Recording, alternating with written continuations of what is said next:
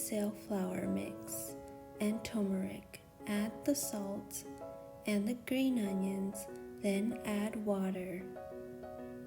Whisk it in, put it in the fridge for at least 3 hours. To make the fish sauce, add lime juice, fish sauce, sugar, water, garlic, Thai chili peppers, and stir. For each crepe, heat up 1 tablespoon oil in a pan on medium heat. When the oil is hot, add the ground pork and shrimp. Scoop 1 ladle of the Bánh Xeo batter mix and pour it in the pan.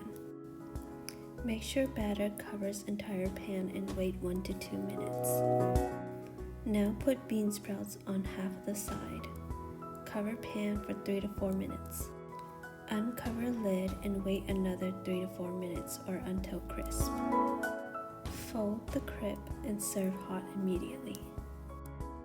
I hope you enjoy your Vietnamese Bánh Xeo. Please remember to like and subscribe to my channel for more videos, and I've included the link below for the recipe.